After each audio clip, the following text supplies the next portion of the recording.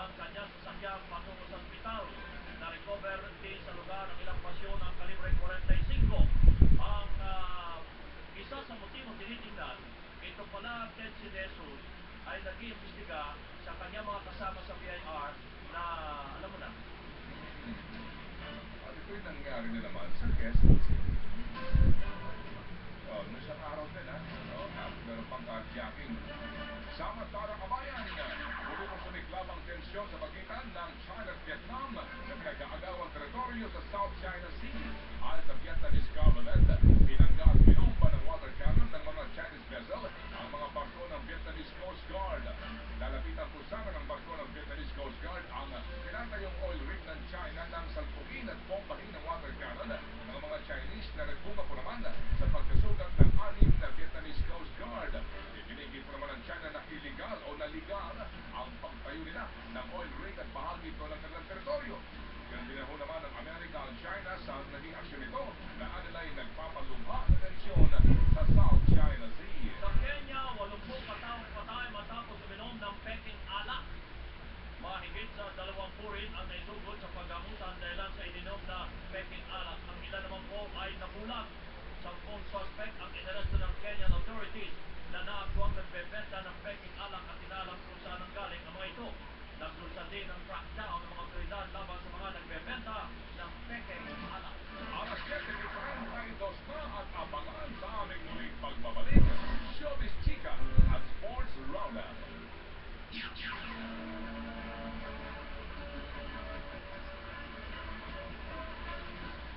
Mga kapamilya, matayog ang ating inilipad sa ginanap na 22nd KBP Golden Dove Awards at ating nakamit ang mga sumusunod na parangal.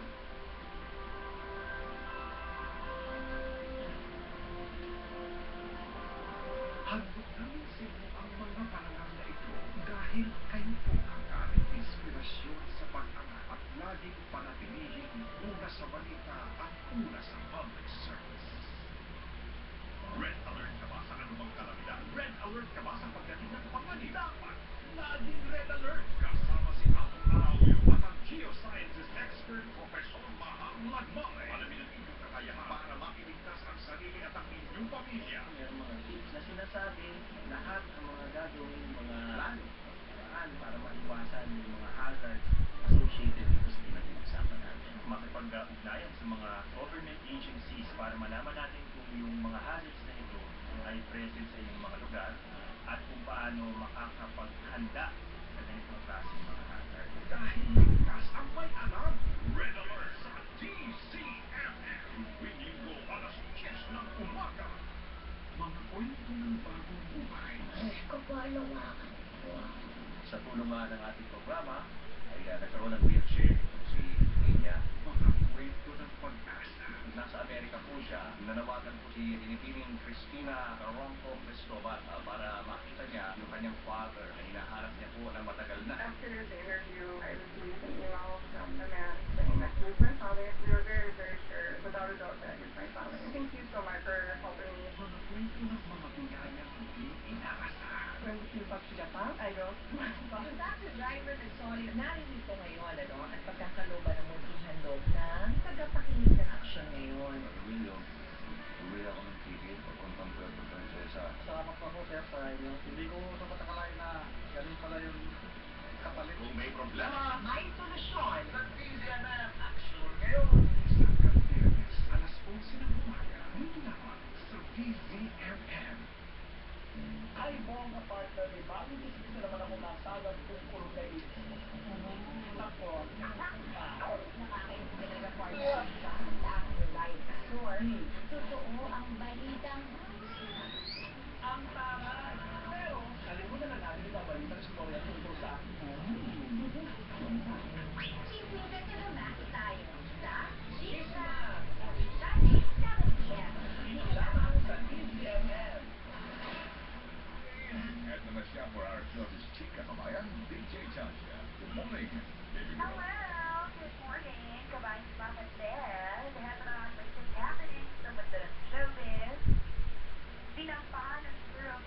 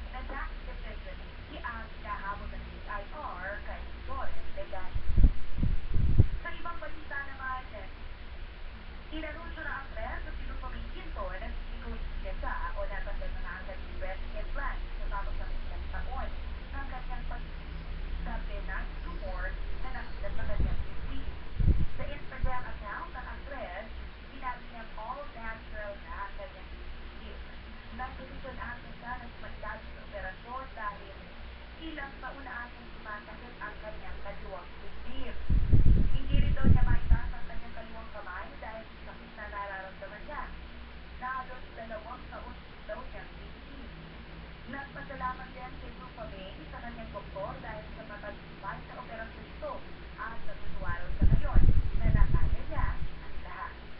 At nagkakabayan ng Papa Dad ang ating survey by na heart to heart and friend to friend. Yes, bye. Hindi ako mag-stop-stop ang isang Diyos na nagpanatib na ika. Let's do this, mga boss. Say, Mwah! Ano si Kabayan? Kabayan, nagkakabayan. Wala pala akong microphone. Ayan, ayan. Thank you. Mwah! Still, happy Friday, happy weekend, and balik sa inyo. Bigay mo na, Franco Reyes!